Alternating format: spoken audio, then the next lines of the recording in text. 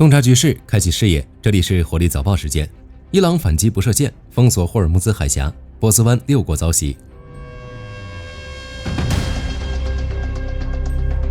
路透社援引伊朗媒体报道，伊朗伊斯兰革命卫队司令高级顾问伊布拉辛·贾巴里宣布，霍尔木兹海峡已正式关闭，伊朗将向任何试图通过该海峡的船只开火。此前，伊朗伊斯兰革命卫队发表声明，在针对敌方海上目标的持续攻击中，3艘隶属于美国和英国的违规油轮在波斯湾及霍尔木兹海峡海域遭导弹命中并起火燃烧。船舶跟踪数据显示，过航霍尔木兹海峡的船舶数量已大幅减少，多艘油轮滞留在海峡入口附近。据评估，该海峡承担着全球约 20% 的石油日消耗量的运输任务。若封锁持续，油价可能突破$100，甚至120至150美元的关键关口。与此同时，伊朗的报复打击也将战火烧到了波斯湾6国。据法新社报道，阿联酋、卡塔尔、巴林、科威特、沙特和阿曼均遭到伊朗袭击。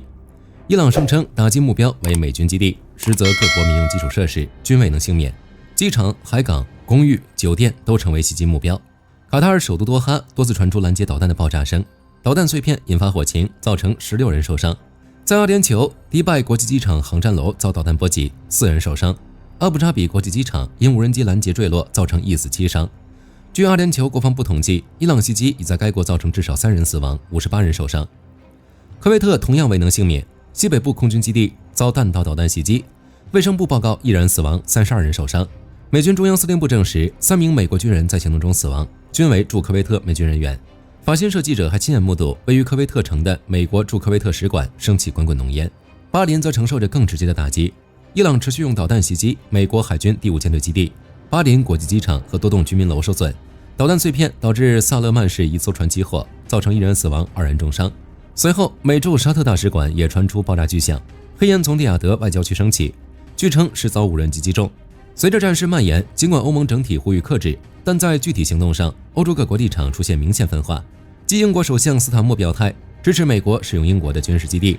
对伊朗目标实施打击之后，法国外交部长巴罗也表明了法国的态度。法国准备应海湾伙伴国的请求，根据国际法规定的集体自卫原则，以相称的方式参与其防御，协助抵御伊朗政权的蓄意打击。德国方面亮出红线，外交部长瓦德福尔明确表示，德国不会参与针对伊朗的军事行动，因为德国在海湾地区根本没有基地，也没有相应的军事资源，联盟政府绝无意以任何方式参与其中。但若当地德军遭袭，将进行自卫。西班牙政府则明确与美国的军事行动划清界限。国防大臣罗弗莱斯明确表示，位于该国南部的莫隆、德拉弗隆特拉和罗塔2处美军基地未向美国提供任何形式的帮助，也不会被授权用于对伊朗的军事打击。据航班追踪网站显示，至少15架美军军机已从上述基地离开。今天的早报到这儿就结束了，后续局势如何，火力军将持续关注，下期见。好的，各位观众朋友们，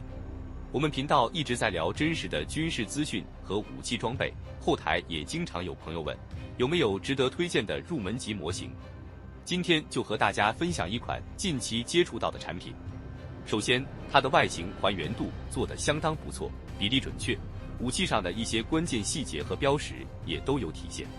材质也说得过去，打在手上有不错的分量感。其次，它具备一定的可动性，对于理解基础操作原理有一定帮助，让它不仅是个静态摆件。综合它的做工和可玩性来看，价格确实比较亲民。